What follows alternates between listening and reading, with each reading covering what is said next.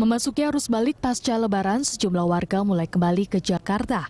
Tidak sedikit di antara mereka yang membawa sanak keluarga atau rekan dari daerah untuk mencari rezeki di ibu kota.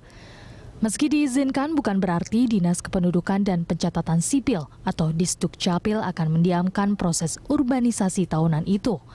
Kepala Disdukcapil DKI Jakarta Edison Sianturi menyebut pihaknya tetap akan menggelar operasi justisi pada 7 Agustus mendatang. Disdukcapil mempersilakan pendatang masuk ke DKI, namun dengan catatan mereka harus memiliki pekerjaan dan tempat tinggal yang jelas agar memudahkan pendataan, bukan di pinggir kali atau pinggir rel kereta. Pemprov DKI memperkirakan jumlah pendatang pasca Lebaran nanti mencapai sekitar 68 hingga 70 ribu orang. Untuk itu, dalam waktu dekat, Dinas Disdukcapil akan mengirim surat edaran ke seluruh RT RW di ibu kota agar senantiasa mendata seluruh pendatang baru. Sebelumnya, mantan Gubernur DKI Jakarta Joko Widodo mengatakan meningkatnya jumlah pendatang dari daerah pasca Lebaran tidak bisa dicegah. Hal itu akan terus terjadi selama iklim investasi dan peredaran uang hanya terpusat di Jakarta. Jokowi mengatakan satu-satunya cara untuk mengendalikan jumlah pendatang ke Jakarta pasca Lebaran adalah dengan menumbuhkan iklim investasi di daerah. Dengan demikian lapangan pekerjaan akan tumbuh sehingga orang di daerah tak perlu lagi mencari pekerjaan di ibu kota.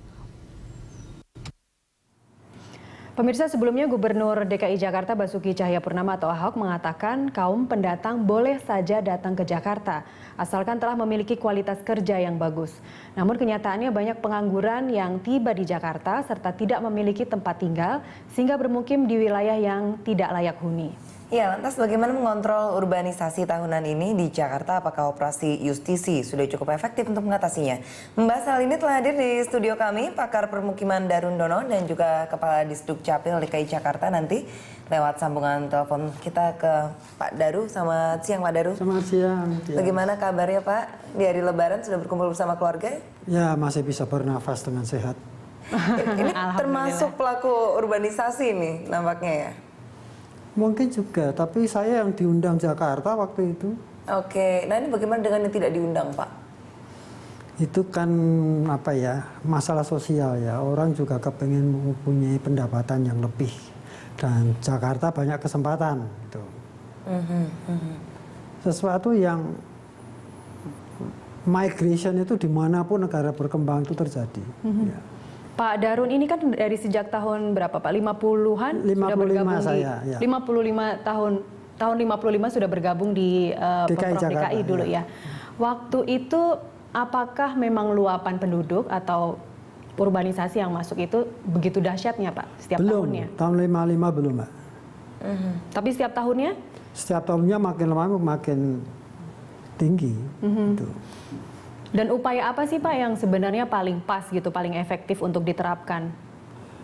Saya kira kok di negeri manapun menghentikan urbanisasi itu kan mungkin kalau film judulnya Mission Impossible. Tapi mungkin memeratakan pembangunan di seluruh negeri itu mungkin akan lebih baik. Pemerataan pembangunan artinya lebih banyak pabrik-pabrik yang dikembangkan di wilayah sekitar Jakarta begitu ya?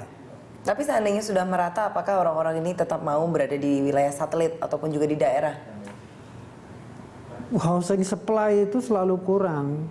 Saya nggak tahu ya, andai kata orang boleh membangun pabrik tapi harus sediakan permukimannya, mungkin menyelesaikan masalah ya. Baik Pak Darun, ini kita juga sudah tersambung dengan Pak Edison Sianturi dari Disdukcapil DKI Jakarta. Di sambungan telepon. Selamat siang Pak Edison. Selamat siang Mbak. Minal aidin wal faizin, mohon maaf lahir batin. Maaf lahir batin juga Pak Edison. Selamat Idul Fitri. Pak Edison, ini mengenai operasi yang sebentar lagi akan diadakan, operasi justisi. Ini seperti apa Pak pelaksanaannya? Jadi gini, ini kita gambarkan dulu. Jakarta adalah kota terbuka, ibu kota negara. Bagi seluruh penduduk, silakan masuk ke Jakarta dan kami ucapkan terima kasih. Apabila datang dan tinggal di Jakarta memiliki keterampilan, pekerjaan dan tempat tinggal yang pasti. Pasti Jakarta terbuka karena mereka juga ikut berkontribusi untuk membangun Jakarta. Ya. Untuk pelaksanaannya sendiri lebih tepatnya kapan Pak? Apanya Mbak? Untuk pelaksanaannya kami dengar setelah Lebaran. Ini lebih tepatnya lagi mungkin kapan? Begini, kita kan akan lakukan pendataan kemarin kan arus mudik, di mana pemudik kemarin itu berjumlah kurang lebih 6.544.631 jiwa. Ya. Nah, nanti mungkin mereka ini kan akan balik lagi, tapi mereka ini kan nggak semerta-merta sekaligus balik. Untuk sektor formal itu mungkin mereka sudah mulai kembali dari kampung halaman untuk H+2 kan, H+2, nanti juga sampai H+7. Dan mereka itu berdasarkan peraturan daerah kan, mereka diberi kesempatan melapor setelah 14 hari bertempat tinggal di Jakarta kan. Jadi itu harus kita lihat. Jadi H+7 ditambah 14 hari, H+21. Ya. H+21 nanti kita lakukan bina kependudukan bersama dengan pengurus RT RW kelurahan untuk melihat mereka pendatang itu siapa-siapa aja yang masuk yang tidak memiliki pekerjaan dan sudah memiliki pekerjaan. Ya, kriteria pendatang yang akan didata atau mungkin juga nanti akan ditindaklanjuti itu yang seperti apa Pak Edison? Jadi prinsipnya kita melakukan kerjasama dengan RT RW lah, karena RT RW lah yang mengetahui pasti siapa penduduk yang bertambah. Mereka nanti akan dibagikan formulir dari kelurahan ke RT RW baru masuk ke kelurahan. Apabila mereka memang sudah pasti mereka mendapatkan pekerjaan dan menunjukkan itu surat keterangan kerjanya dan ada surat pengantar dari RT RW dia memiliki tempat tinggal tetap, kita akan bantu untuk menyelesaikan administrasi kependudukannya KTP ini. Ya, dan titik di mana saja Pak RT RW yang sudah diberikan sosialisasi atau penyuluhan mengenai hal ini?